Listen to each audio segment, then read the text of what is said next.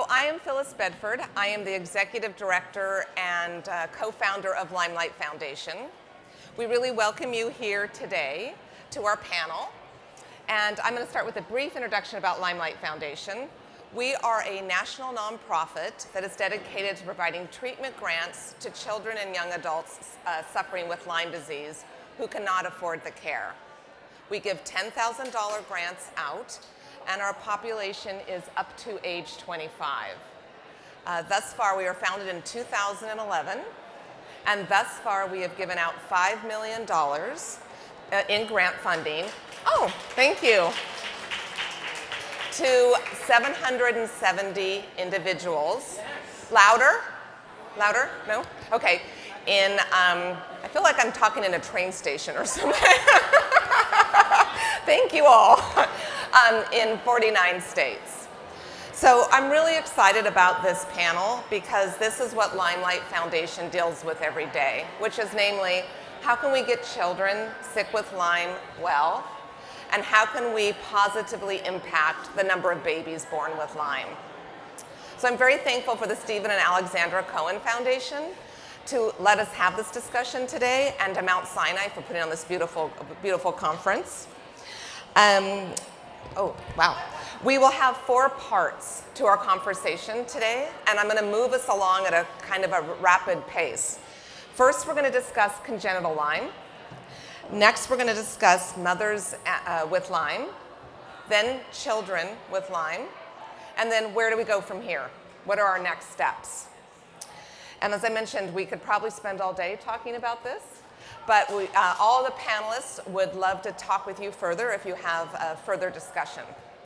So we're going to start with a brief introduction. We're just going to go right down the row here with our wonderful panelists. So I'm going to start with Dr. Suruchi Chandra. She's a board-certified psychiatrist specializing in integrative medicine. Yeah. Do you want me to do it? Sure. So I'm an integrative psychiatrist in the San Francisco Bay Area, not far from Limelight. And we use an integrative model. Can you hear me? No, you can't hear me. Okay. Maybe you're right. Okay. Can you hear me better now? Yeah. Okay. So I'm an integrative psychiatrist in the San Francisco Bay Area. And we use an integrative model to help patients who haven't responded to other forms of treatment. And in our practice... Can you hear? No. You still can't hear me. Maybe just hold that. Okay. Can you hear me now? Okay, so I'll just hold it here when I'm speaking. So starting over, I'm an integrative psychiatrist in the San Francisco Bay Area. And we use an integrative model to help patients who often haven't responded to other treatments. And that includes psychiatric patients who don't have any inkling that they have Lyme, as well as patients with Lyme disease diagnosed. And I'm in a part of the country also where there's not much recognition that there is Lyme, but we see both Lyme as well as co-infections. My name is Dr. Crystal Barnwell, and I'm in the South.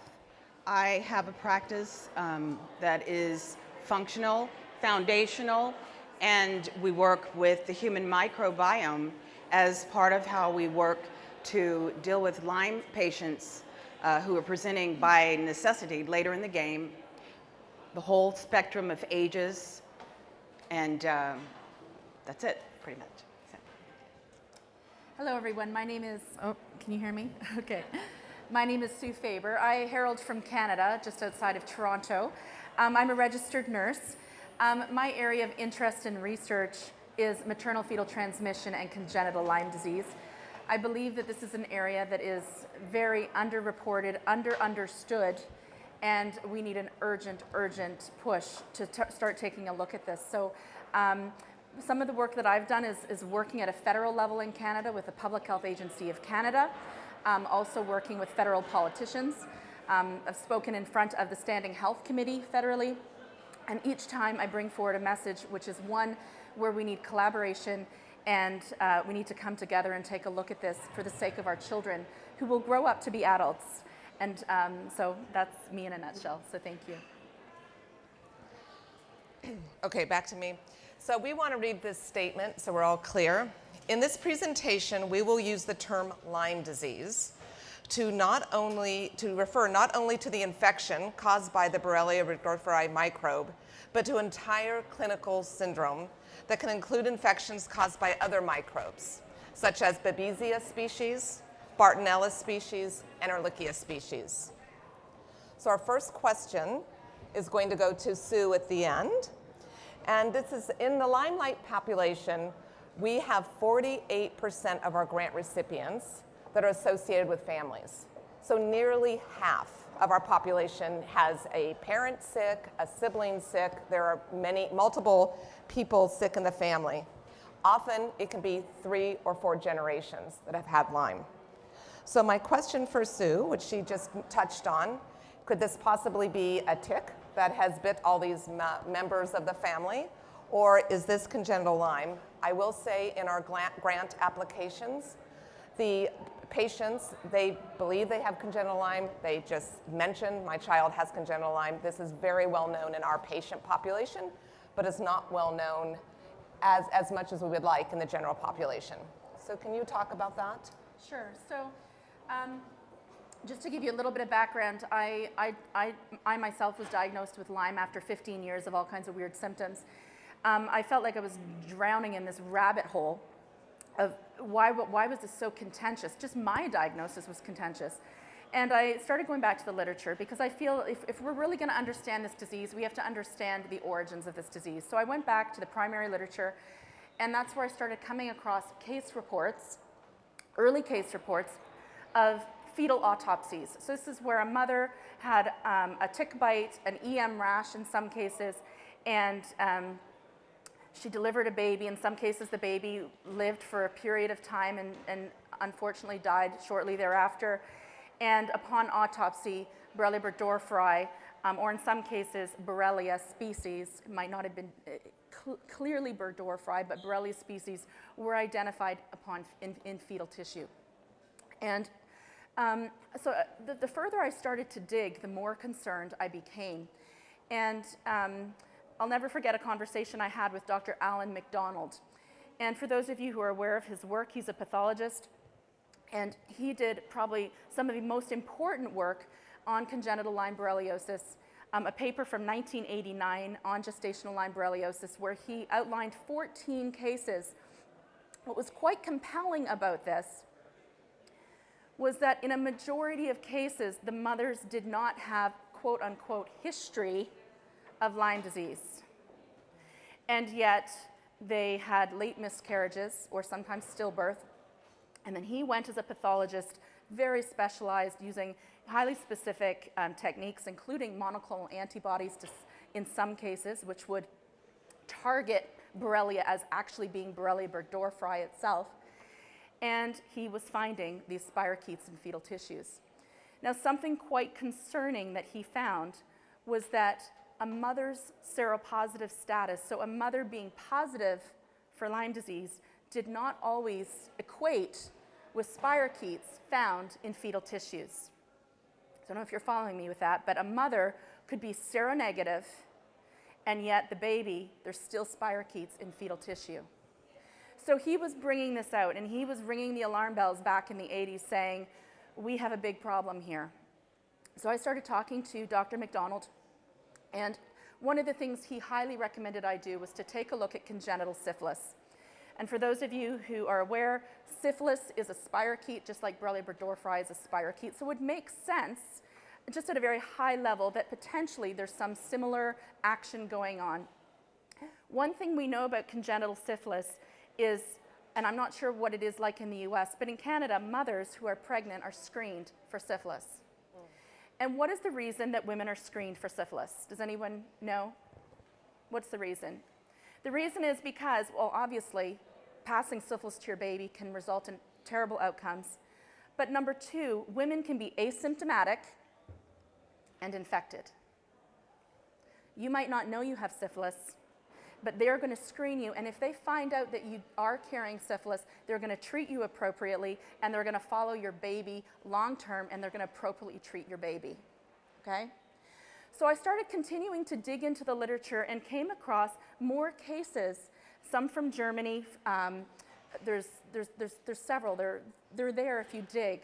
I had a friend who's a PhD who had access, because a lot of these papers, us as commoners, if we don't have an academic appointment, we can't access these papers, or you can go to a library and maybe get them. But I had some contacts who were able to help me access papers. And that's where I came across more case reports of asymptomatic mothers and Lyme disease in the babies. So that's when I started to think, oh my gosh, what's going on here? So speaking to your question, entire families, I really believe that if you have a mother who has 3, 4, 5 children who are all testing positive for Lyme disease, and likely in these cases other co-infections as well, that we cannot just be so myopic in our view that all of those kids must have been bitten by ticks. It's possible that they all were. I'm not ruling it out. But if we look at other congenital infections like syphilis, like Chagas disease, which is in South America, one of the first things, if you have congenital, or if a mom has Chagas in South America and she goes to her doctor, guess what the first thing the doctor's going to do? Going to test all her kids to see if her kids have it, right? So I think we have to be open-minded that yes, potentially all these children were bitten at different occasions, and they all got Lyme through zoonotic transfer. But what if these children were infected congenitally? Who's looking? Is there any research? What's happening to these moms who are raising their hands saying, somebody listen, I think there's something going on here? How many moms are being heard? And I think the answer is 0, because there's $0. Do you know that there has been no research on maternal fetal transmission of Borrelia burgdorferi? There's been no long-term longitudinal studies ever done in this country on the outcomes of babies longitudinally, long-term, of mothers who have Lyme disease. Never been done. So I think we have a really great opportunity to move the needle forward. And we don't know enough about this disease to understand what exactly it means, but I think we can get there. Thank you. Thank you. Okay, I'm going to open up for questions in about a minute, but do either of you just have a quick add-on to that? I can just chime in that at least half our patients in our clinic are families, and the usual presentation is the sickest child comes in. And once we figure out there's some tick-borne infection, then they realize that another child has it, but not in as severe form. And then the mother, rather than being asymptomatic, is less symptomatic often. And the reason she's called asymptomatic is I think the doctors don't have enough time to really probe. And the symptoms we see sometimes are chronic sleep disturbances, low-grade depression like dysthymia, some chronic fatigue, but they're functional. So they think they're well, but most of them aren't well. And their symptoms, again, if we probe enough, usually predate the first pregnancy, which raises the possibility that this could have been congenital transmission. I think I should open it up for questions now. Okay, are there any questions from anyone in the audience for these 3, I'm going to say experts in this field? Any questions?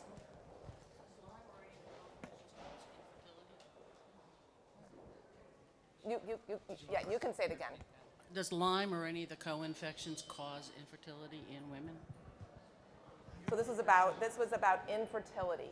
Could Lyme or the co-infections cause infertility? I can share what I know from the literature. There have been several cases of miscarriage, early and late miscarriage in the literature, stillbirth as well. I have heard anecdotally from women who say that they're having a very difficult time conceiving. But in terms of has there actually been research looking into that specifically? Not that I've come across, but I've certainly heard it. I've also heard from women who will report that they've had 4, 5, 6 miscarriages, and that physicians just don't know what's going on, why they can't seem to carry a pregnancy to term. So again, that's anecdotal, but we need more, obviously, clear research to look at that. To jump in and to corroborate her story, seeing women in a Lyme practice, one of the things that's compelling is that my patients often who've delivered children will tell me about, well, we start the history at a point well before they thought they were sick. And there's usually a story of PCOS, endometriosis. We have an infection of the brain, and that brain houses the human endocrine system. And out of the human endocrine system comes the dysregulation of androgens. And those androgens are key to how we achieve pregnancy. So one of the most common complaints amongst young women with Lyme, amongst older women with Lyme, is polycystic ovarian syndrome, PCOS, and endometriosis. When we get past that part of the history, it's about the number of miscarriages and where they place to either the patient, him or herself, or to the patient's, in the patient's obstetric gynecologic history. There's always a reference to a near abortion or an abortion, a miscarriage, right? So collapsing those two, the answer is yes. When you have neurotropic illness, the brain is impacted. And as long as the brain, the central organ in the human body, is miscuing, the ovaries are miscued. For the men, it's their testosterone levels are horribly low in their 20s. And go figure, an injection, the foam, it doesn't budge. But when you give them an antibiotic in the office, the testosterone goes up. When you take a PCOS woman or an person suffering with endometritis off her oral contraceptive pill and put her on something to deal with an infection, her androgens normalize. Her periods are easier. The pain dissipates. This is the story that I have after 6 years of caring for women with Lyme disease. And I think that in addition to what's in the literature, that is a probable yes answer that needs to be documented and put into the literature. Okay, we're just about out of time, but is it a quick one? Well, I think we have to move on to our next, but as I said, they are going to be available to speak, so I'm sorry, because we have so much to cover, but maybe you can add it as we go on. Okay, we're going to move on now to mothers with Lyme. So this is to Dr. Barnwell, back to you. What do you do when a woman with Lyme comes to your practice and tells you she desires to become pregnant? Can you share in general terms your treatment strategy and your protocol guidelines? Yes. A woman interested in pregnancy is at the beginning of a long journey. And that pre-pregnancy conversation is the richest time to engage in all of the possibilities. It's about the dental exam and the teeth that are hurting and the heavy metals in the form of fillings. It's about addressing the older sexually transmitted diseases and how we deal with how that happened and how we don't have that happen again. It's about the nutrition and what are the risks and how do we address that, dealing with the obesity or the very low body weights that many women have that will later serve as more difficult to become pregnant. When we get to the second stage of ready to become pregnant and delivery and labor, it's about considering the whole dyad. What do you do when the baby's born? Often we're asked at the last minute, what do you want to do with the placenta? Stem cells. Right? So umbilical vein testing, the possibility of banking the placenta to keep it later for when we're 10 to 15 years into this conversation and a whole world of opportunities have opened up, you still have that available to you and your child, healing. And I think it's about preparing the group of consultants who are likely to care for your pregnant mother to make sure that they're on board. A conversation about antibiotics and herbals and nutraceuticals, the genetic studies, making sure they're done. And then if you see the SNPs that put them more at risk for problems, that they get placed with those doctors really ready to articulate those conversations in a meaningful way.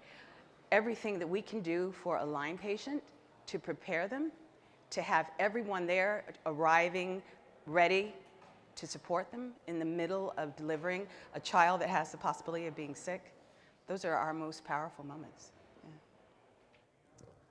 Very good. So talking about your treatment, do you put these mothers on antibiotics? These few, I mean, if to clean their body, Is that what or do you do an integrative approach? What is your preferred? My preferred method is the preferred method that the mother comes in with. Correct. So this is a dyad. And we're not bullying someone who's bringing forth life. If the answer from mom is herbals, then we look at the herbal strategies that are used around the country and how that's done. If the answer is a blend, then we're looking at older evidence that shows a 2-antibiotic ceftonir and zithromax model would be a way to go, okay, for the mom who's not sweating. Ceftonir and zith, widely known all around LLMD world, but that's not the only antibiotic combination available to Lyme doctors. When they're sweating, and they're sweating heavily, and they're tired, they can't get up in ways that people with pregnancy going well beyond that. This points to Theileria babesia involvement. Then we have the Malarone and the IV Rocephin options. We have a broad healing bag, and we can look to places like syphilis medicine for guidance in how to get this done for our Lyme mothers.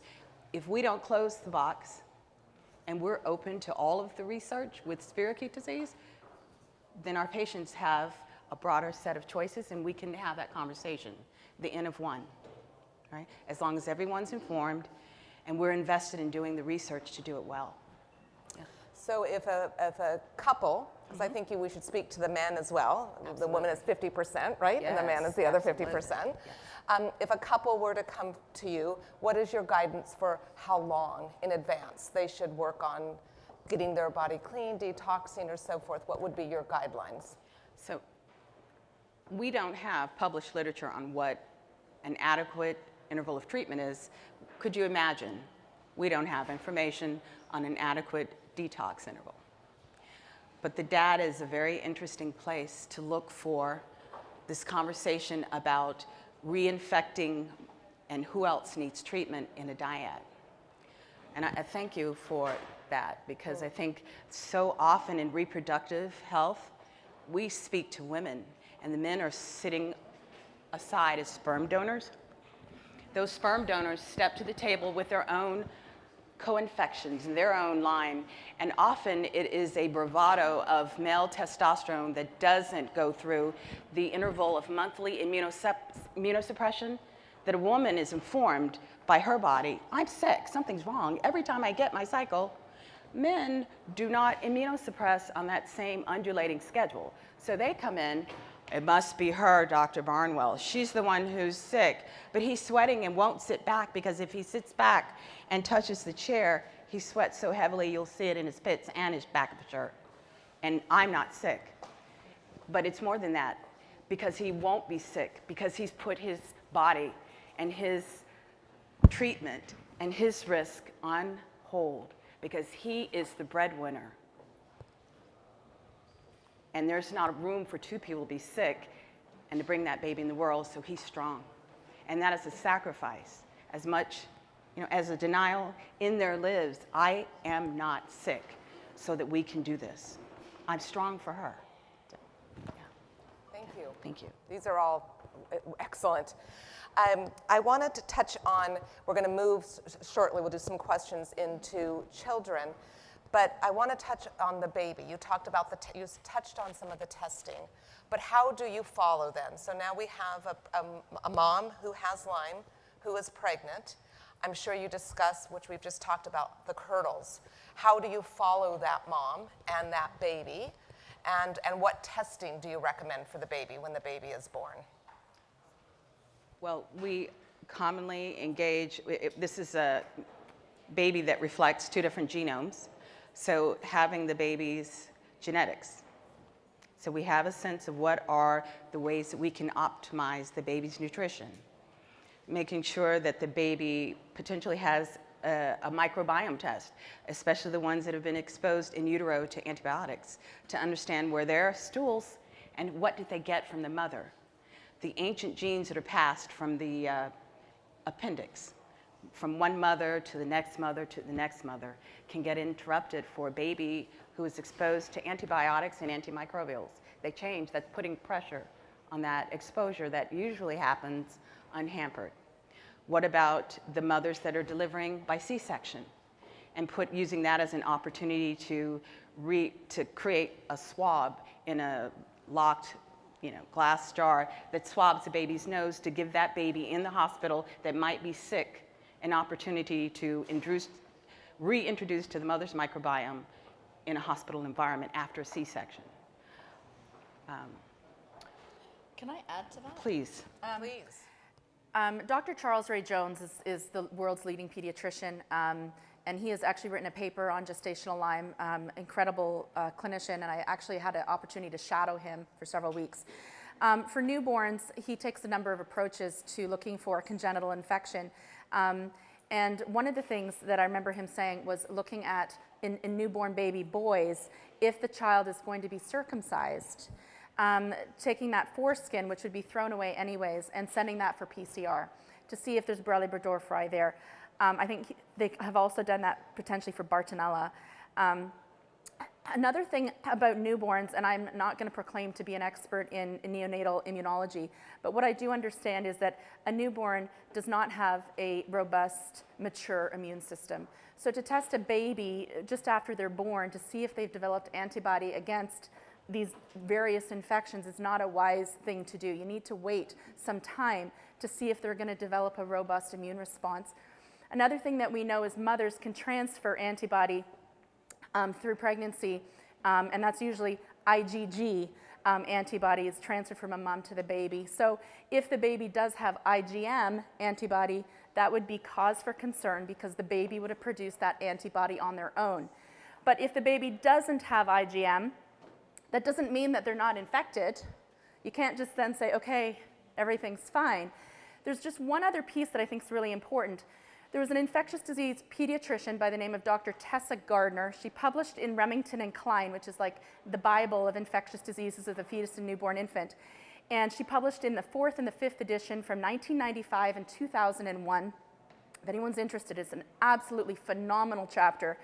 And she had 4 cases of her own in her practice where she was noticing that the babies were seronegative, so by ELISA or by IgM they were negative, but she was doing something called a lymphocyte proliferation assay, which is like T-cell testing, looking at the cellular response instead of the immune response, and those babies were positive by LPA testing.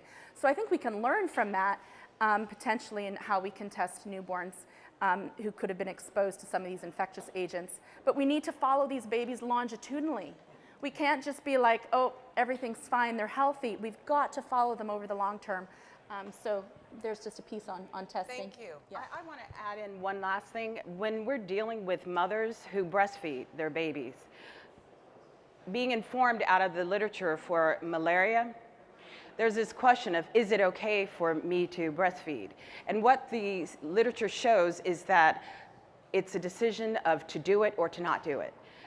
When we're dealing with spirochetes, a commitment to breastfeeding or bottle feeding. But moving back and forth between the two systems seems to be confusing and puts those babies at a higher risk of more inflammation and poorer outcomes. So often these early moms will come in and they've been told, you can't breastfeed. And there is no literature to support that you cannot breastfeed. But making a commitment to one strategy or the other is what we do know seems to be more helpful. Mm-hmm. Okay, we're behind schedule, so I can't take any questions. I think your question, we can do a couple. Okay, yes, you got the floor. Thank you so much for starting your wonderful program in Georgia. Oh, thank you. My name is Dr. Enid Haller. I founded the Lyme Center of Martha's Vineyard. So I'm a social worker and a psychologist, and I have been working there for about 11 years now, with people with Lyme, and a lot of people, that's a very bad area. They call it ground zero on Martha's Vineyard. I get a lot of phone calls from mothers who are pregnant and also with toddlers, who have been bitten by ticks. And the problem is that they're afraid to take antibiotics, at that time. And I often say, because Lyme is still so controversial, they get mixed information from everywhere. How can I get your information to my people that are interested in your formula, which is obviously the state-of-the-art way of treating Lyme disease in expectant mothers or toddlers? So ILADS is a national organization of doctors that have an online directory of physicians in your area who are LLMD, and they will facilitate those referrals. And I think it's a very, very powerful tool. So ILADS is International Lyme and Associated Diseases Society, ilads.org. It's an online referral service that you have access to help get connected with the right doctor when you're having that emergency. Does ILADS have anything, I think what you're saying, like written, like what you've been talking about? Are there guidelines? Oh, right, right. Exactly, Okay. Yeah. because Right. I know about ILADS. I'm sorry, I'm okay. Yeah. So Okay, go ahead. in the next 2 weeks, we will be having the release of the maternal fetal handbook. That's it. That's it. That's what I need. And it's a document that we've been long waiting for. That's it. That will be released finally. Thank you 2019. so much. Excellent. Thank you. I'm so sorry. Yeah. Okay, one more question. Wait, why don't you wait for the mic? Hi. Oh. I just wanted to add to what Sue Faber is saying about Dr. Jones. He has a list of symptoms that he's identified in children who've had gestational exposure. So I think it's available probably online. And I think the critical thing about it is that you've got to follow these kids long term. Kids with gestational exposure frequently go on to develop behavior problems and school problems and learning problems and attention problems. And they wind up being diagnosed with attention deficit disorder and oppositional defiant behavior and a whole host of symptoms that don't recognize that they really have tick-borne infections. Yeah. That is actually a perfect segue. Well, okay, quick question. Okay, please. So, my question is, so is the child at less risk if the mom has Lyme, but then they have a surrogate that carries the child for them, even though it's still their egg? But would they be at less risk of more infection, or no? Well, that's a very interesting. This is Cassidy. I'm Cassidy. And Cassidy is one of my first children with Lyme in internal medicine of Northern Virginia. Oh. And I am so proud to see her again after all these years. She's a Lyme warrior. Thank you for asking that question. I have right now at my practice in Atlanta a woman who has decided she does not want to be the person who carries her baby. After 7 tries with 7 surrogates, all of whom have produced children, she was the one to engage with the testing of Lyme disease. Every one has Lyme.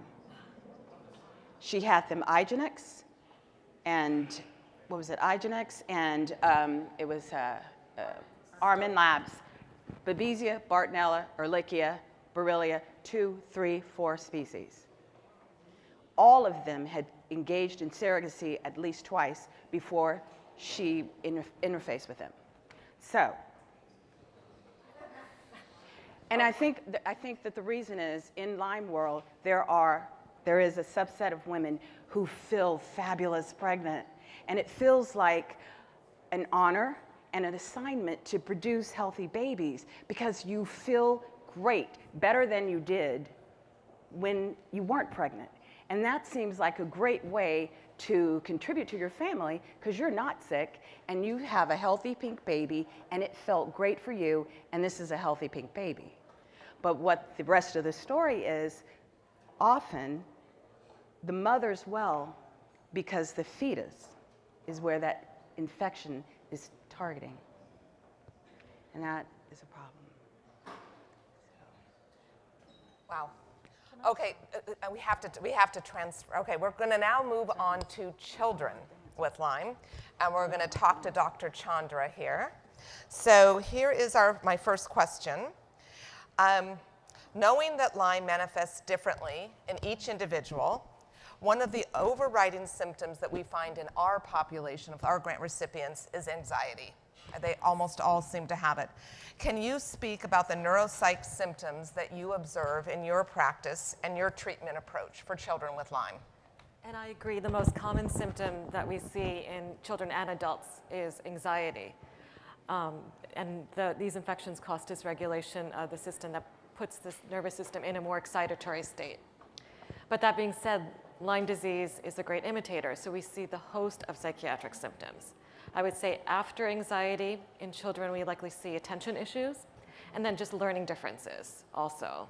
We also see a lot of PANS. I don't know if you've heard of that, but this is pediatric acute onset of usually OCD or tics. And then in addition to that, mood disorders, which is less so in children, more in adults.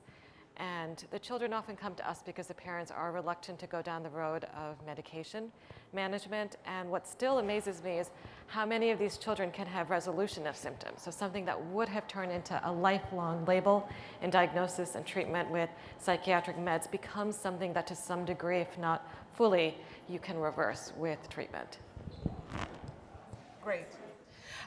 What are some of the biggest challenges that you face with children, treating the children with Lyme? So the approach we use is functional, and as been brought up, it's not just killing the bugs. We really think that you have to deal with the system as a whole. And this treatment, I think, works much better than just going after the bugs like warfare.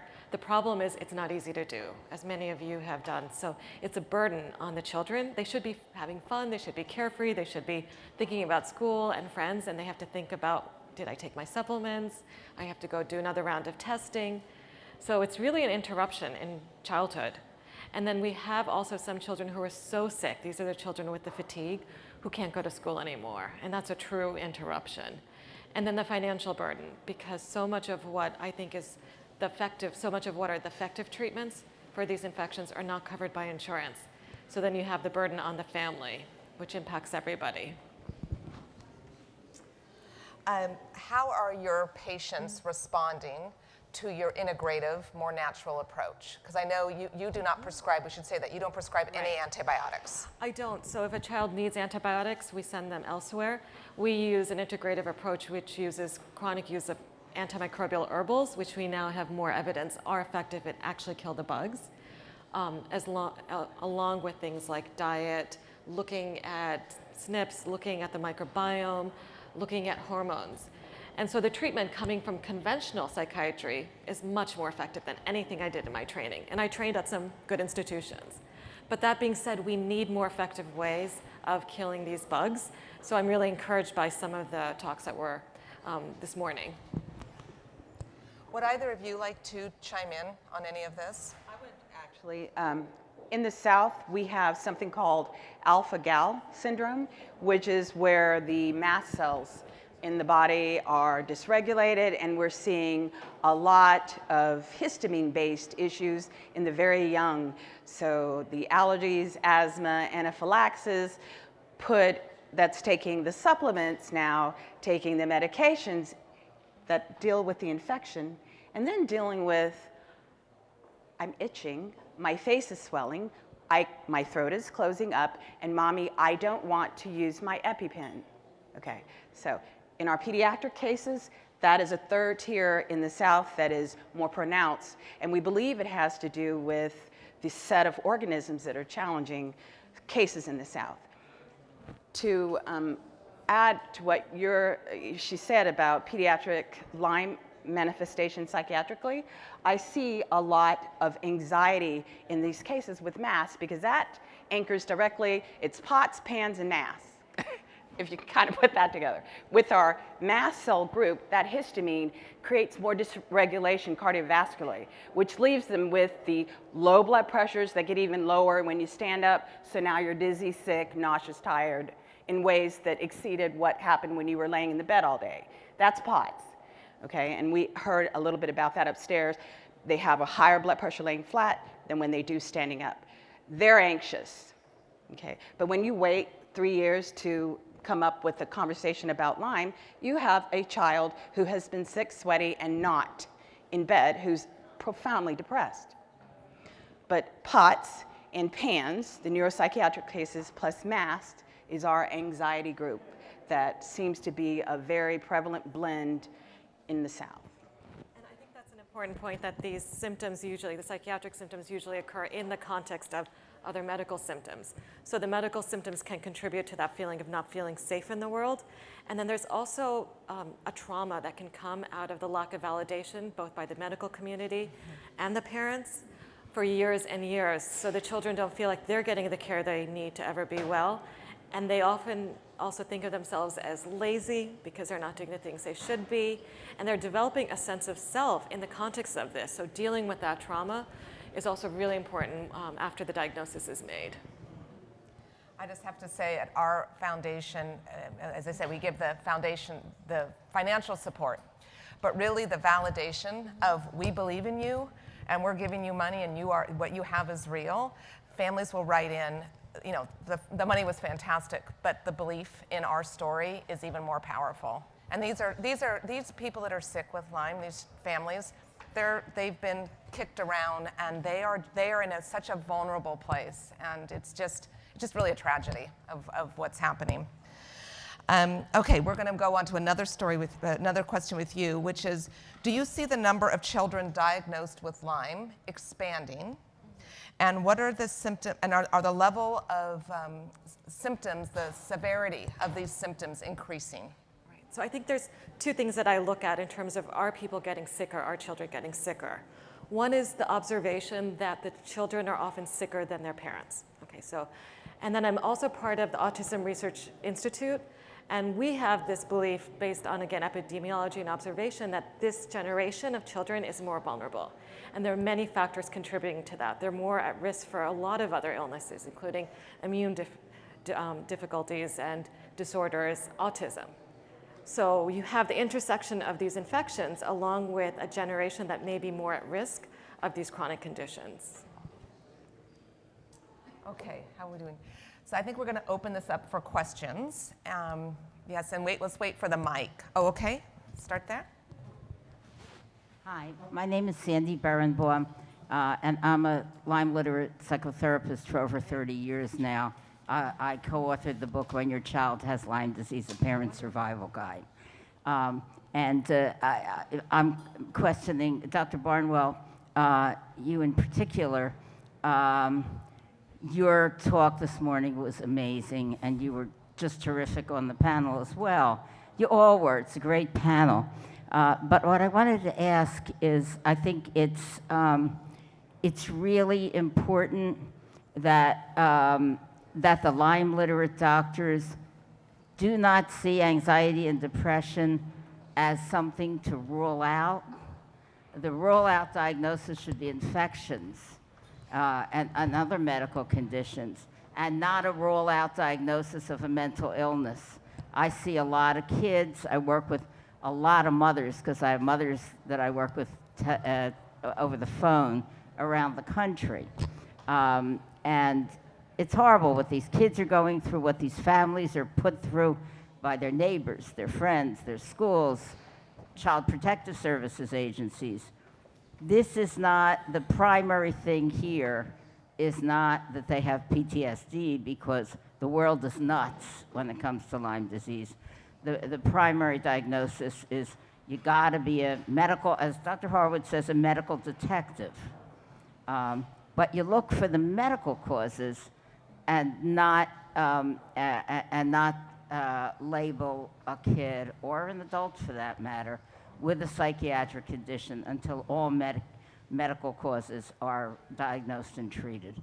So I wanted to say that. I want to ask you guys, actually, the whole panel, what you think of that. And I also think that that our Lyme literate doctors need to learn that and understand it, because I've seen some highly respected doctors, and on their slides it says, well, maybe it's psychological. It's not. These mothers are the bravest souls on the planet. Dr. Liegner, when I thanked him for coming to an all-day forum and closing his office to do it a few years ago, at the end of the forum, he said to me, don't thank me. The people that are the real heroes here are the mothers. And I agree with that. So anyway, comments on that, and I'm sorry I was so wordy. Well, thank you for that question. I think that was a beautifully put question, and I agree. I believe that the first place to start with a group of people who are infected is with their infections. And giving that presence to that and room for that and the recovery from that before you assign a lifelong illness to what should collapse into a therapeutic challenge. It's common sense. I would like to add to that as well. I'm just to give you a quick case report of one of my, so I believe all 3 of my children were gestationally infected with Lyme disease. But my middle daughter, before we knew what was going on with her, she had severe OCD, anxiety. She couldn't go into a dark room. She couldn't go to the basement by herself. She was 11 years old. There was a profound disability, along with a number of other things. And I can't tell you, for a child to get appropriate treatment, first of all, appropriate diagnosis, treatment, and then to get better, and to realize that, oh my gosh, I don't have to live in this prison of anxiety and OCD, and she could see the difference from being treated. And I'm just telling you, it's like breakthrough for these children. I go back to Dr. Jones, who says we need to treat all these kids so they can live out to their fullest potential. And so I'm just going to leave that there. Do we have another question? Okay, great. So I just wanted to add that, another challenge that a lot of these children face is the Board of Ed. And I feel like that's something not a lot of people think about, especially doctors. If you think mainstream medicine is bad at understanding Lyme, try explaining to the Board of Education that my child can't survive more than 10 minutes of classroom time because they have endurance issues from dysautonomia. So I was wondering if you guys had any experience with that, or how to navigate that, because I heard that doctors could play a very big role in speaking to the Board of Ed to vouch for a child, and I was just wondering. Okay. An audience answer, okay. I have a son that's currently in treatment with Dr. Jones for the last 5 years, and he was really in the thick of his Lyme about 3 years ago, and the school couldn't accommodate him because he couldn't wear shoes because his feet, he had the nerve issues in his feet, so the school couldn't accommodate the fact that he hurt so bad when he had his shoes on, or that he needed breaks because he'd fatigue really easily. So at that time, Dr. Jones had written a letter to the district requesting that our son be on a home hospital education, where he had a teacher come into our house and teach it from the home. He lost out on the social aspect of school, so we tried to make up for that in different ways. But he really jumped to our side when we needed that help to be able to get him the education he needed in the environment that he would be least restrictive for him, for sure. So that was our solution to that. Mm-hmm. One of the things that at the Danio group is every visit we have an activities of daily living list where we go through the time to how long can you do this? What is your functional stamina? And if you don't have it, what is your cue to sit down, lie down, or no longer walk? What are the cues of the things, activities, instrumental activities of daily living that stop you? Cooking a meal, laundry. And we do it over time, so every visit note has these estimations, patient-driven, of what you can do. That's when you're working with a doctor who will be there for you before you've thought of the question. They've already got the answer. So when that form need comes, we don't call, because it's already in the note. And we thought about that because if you have to think of all of the questions at the beginning of therapy that you're going to need a year down the road, 18 months down the road, trying to go back to school, go to college. When you've never gone to college before, that is someone who is treating you and not advocating for your health. Because your health is getting better and going back to do the things that you have chosen to do with your life. And having someone who's done that a number of times, preparing a way to do that well with you, so that there's not this, we don't fill out forms, sign that you agree you're never going to ask us to stand next to you and fend for your rights and advocate for your support. That is what makes a tremendous Lyme LLMD. And you can tell in that consenting process kind of what you're going to be able to expect from that environment. And I think that that is more important in that whole process of getting our patients better. I think we have time for one more question. I don't know who to call on. No, actually, someone who hasn't asked a question. How about the right in the back there? This is for Dr. Barnwell. So if someone wants to get pregnant and they do get pregnant and they want to do antibiotics, do they have to do it for the full course of the pregnancy? And are you seeing an increase in C. difficile infections because of that prolonged use? So good. I think that is an excellent question.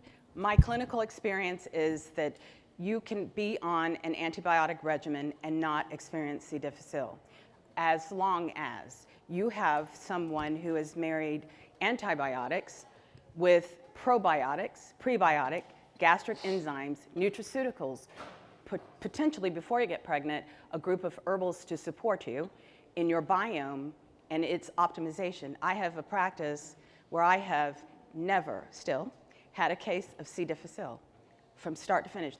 Zero cases of C. difficile. I have had cases of C. difficile resolve using herbal medications and probiotics. So that, to me, it says something. Okay, we're going to move into our last section, which is sort of where do we go from here? Like, what are we going to do with not only the information from this panel, but the information that we've learned, that we will continue to learn throughout the day. So I'm going to go back to Sue with this question. And what can we do collectively to raise awareness and educate others about all that we have discussed?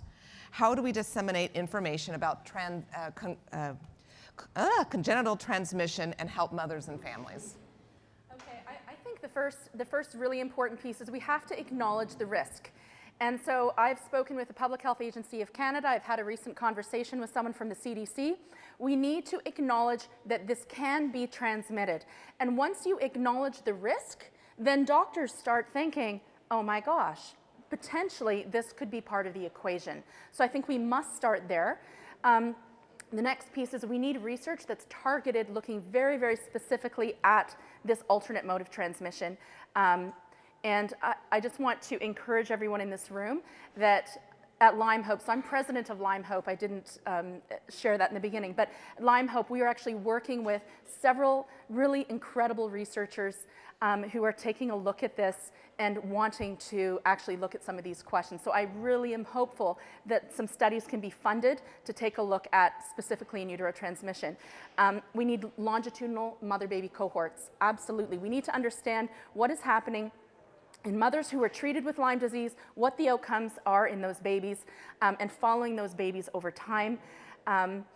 Biobanks, there's several biobanks throughout the US where they're collecting specimens. We need samples of pregnant women who either have acute Lyme disease or potentially chronic Lyme disease. And we also need to start collecting placentas, right? Let's take a look at women's placentas. Are we finding spirochetes in those placentas? Because that's very telling. So there's a lot of, I believe, forward momentum if we just start looking. And the way that we will get researchers and clinicians and experts to care about looking is to acknowledge the risk. And right now, that is not happening. One last thing I would say is we need to continue advocating. The Infectious Disease Society of America has just come out with 2019 guidelines for Lyme disease. I'm not sure if anyone has read these, but I'm actually very concerned that there's no mention of transplacental transmission in these guidelines, not a single mention. However, in 2000 and 2006, there was mention of potential adverse outcomes with pregnancy.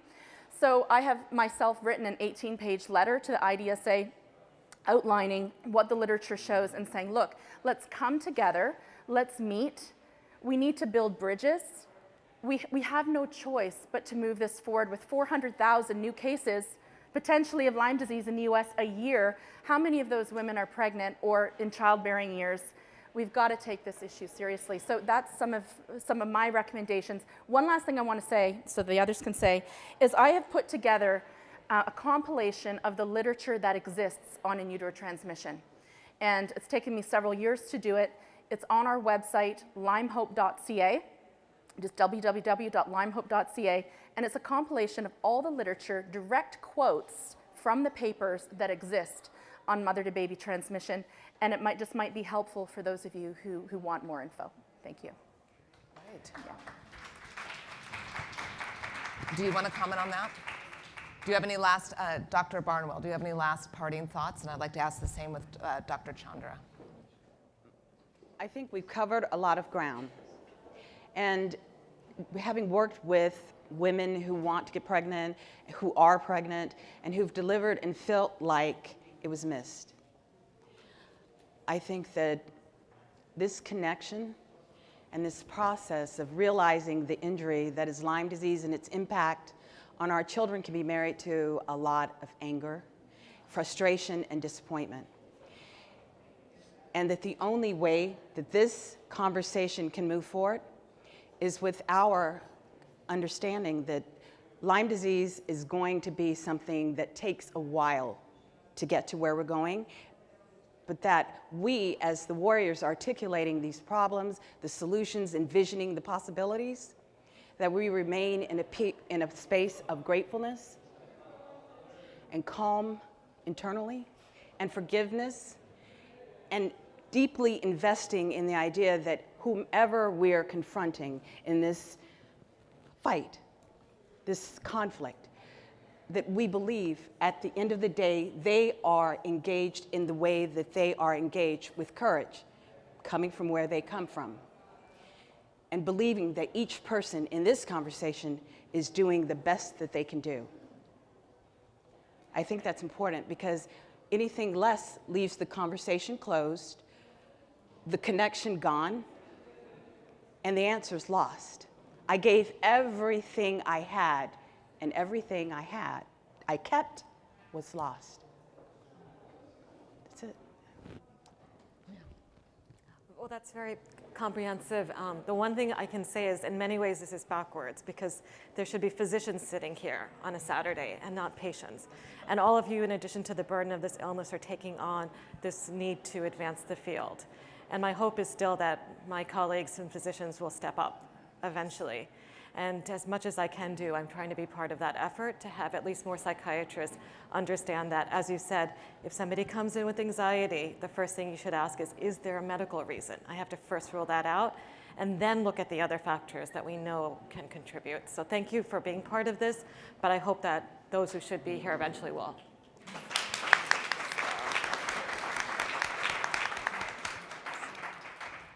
I think, are we out of time? Yes, some of the other talks are still going on. Okay.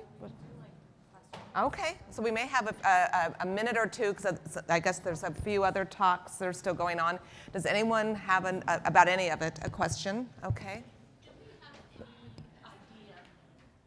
we have any clues as to what a baby looks like that's infected? Or is it just like with adults, it's kind of hard to pin down? You mean physically look like? Physically, yeah. Not necessarily look like, but what symptoms are we looking for? Yeah. So the mothers who we think have had congenital transmission, one of the things they often talk about is their baby's colicky. So this is a baby who's not comfortable in distress. Sleep problems, so they can't report anxiety, but often they're sleeping even worse than other children would be. And those are probably the two of the earliest markers, and they're fairly non-specific, so they wouldn't alone lead to the diagnosis, but those are common patterns. I don't know if you've observed other things. We have a lot of the Lyme babies are born post-dates. So when going through the obstetric histories, there seems to be a greater percentage of Lyme babies born 1 day, 2 days, a week later needing Pitocin induction. The breastfeeding, there are commonly problems with tongue tie and lip tie, the midline defects that are associated with the methylation issues. So going back with the patients and doing the journey to their childhood, a lot of clients will say, well, I wasn't able to breastfeed, I never could latch on. The first year of life, the redundant ear infections, strep infections, this is our pandas group, right? Ear infections, tubes, all of this kind of thing, representing that inability to deal with strep. One of the things that Dr. Jones has highlighted in several conferences is hypotonia in babies. So babies very floppy at birth and just kind of like ragdoll babies. That he has seen that's quite it's just a finding that he's noticed in infants with congenital Lyme. So I just put that out there. It doesn't mean that if it's not there, that it's, but certainly his list of the most kind of common symptoms he's seen in gestational Lyme, I've actually put it on our website as well. It's really important because he kind of puts it in percentages what he sees of all these various things over time. So, yeah. These babies that are floppy are later diagnosed with ED, Ehlers-Danlos, and there are mosaics like this percentage or that percentage floppy. Another autoimmune state that seems to be common with Lyme children, red hair, makes you more vulnerable because that is a risk of autoimmunity. In the middle of every human immune system sits a molecule that we call melanin. And you might have had the MSH tested over the course of your challenge with Lyme testing, and the MSH is low or it's too abnormally high. And MSH stands for melanocyte stimulating hormone. So melanin in people with red hair is not the melanin of blondes and brown-headed people, regardless of race. Okay, our gingers are more at risk and seem to present more commonly in the Lyme population pediatrically. And it is because of that tie to autoimmunity and a different kind of melanin.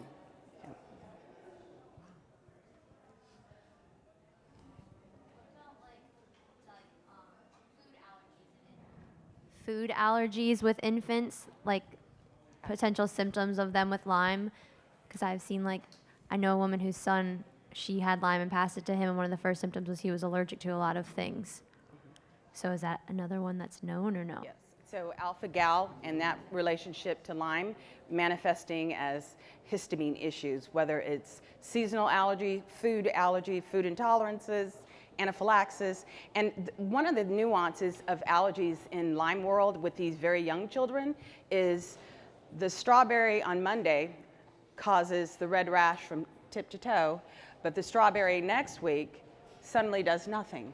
And this atypical presentation with the food allergies seems to be related to the combinations of foods and the different ways that combining foods creates more of a histamine challenge and manifestation of disease when on another day with less stress, less mold, that same food doesn't seem to trigger it. So these parents are confused, and that list is quickly restricting to nothing because it's like, what do I feed my child? And that's a very difficult space to exist when they want to eat like all the rest of the kids. So, yeah. Okay. Sorry. Are hemangiomas, are they common on babies with Lyme? Have you seen that? Capillary hemangiomas? Yes. Yeah, absolutely. And that is one of the telling signs of Bartonella, a disease that is a vasculopathy. The bright pink dots that come and go in older people, they tend to sit up from the skin. Those, and they're violaciously pink. Those are capillary hemangiomas, and we use them as a clinical sign. When my daughter was born, she had 4 huge hemangiomas, and they said, we don't know why they're there. And now she's 21, but we did go to see Dr. Jones when she was 11, when she was bedridden and wasn't able to walk any longer. And she got better, of course, after seeing Dr. Jones. But I had just recently heard about the hemangiomas, and I wondered if I would have had that information when she was a baby. It might have helped. The skin is a part of this. So it can give us patterns that are very interesting. One of the things we do at the practice in dealing with the skin is to have mothers who are concerned about their other children, particularly in the mast cell kids. Are you seeing a child who's in a very cold part of the country or in a hot part of the country where the child stays dressed, commonly, right? That's what we mostly do. And most of the biggest freckles and the darkest freckles on their body are centrally positioned on the trunk and the stomach. Those aren't freckles. In many cases, those are UP, urticaria pigmentosa. And you can tell these large, very deeply pigmented freckles because they tend to be on the covered parts of the body. And when you look at their arms, they might have freckles, but they don't have the same very intense coloration. So that is another way that mast cell kids, moms, we use that as a point of education when they've got two other and then wings, that they can go and check. We've got the Bartonella stripes. Most people know about the stretch marks at the base of the spine that look like horizontal lines, which would be a way of differentiating the obesity stretch marks from the pathognomonic Bartonella stretch marks, which are going to be horizontal. And they can be in the armpits. And certainly with the breast development in the teenage girls, in this circumferential stretch mark pattern with breasts that weren't there and all of a sudden breasts that are deeply there, or breasts that never appear. That is something else that we're seeing in our children with Lyme. And when they get treated, the 16, 17, 18-year-old, her androgens normalize. Guess what? She has to wear a bra like the rest of the girls. And her period comes in. And that period's easier. Okay, I think we have to, as I said, the panelists will be here, but I just want to, number one, thank you for being a great audience and a big round of applause for our panelists. Thank you so much.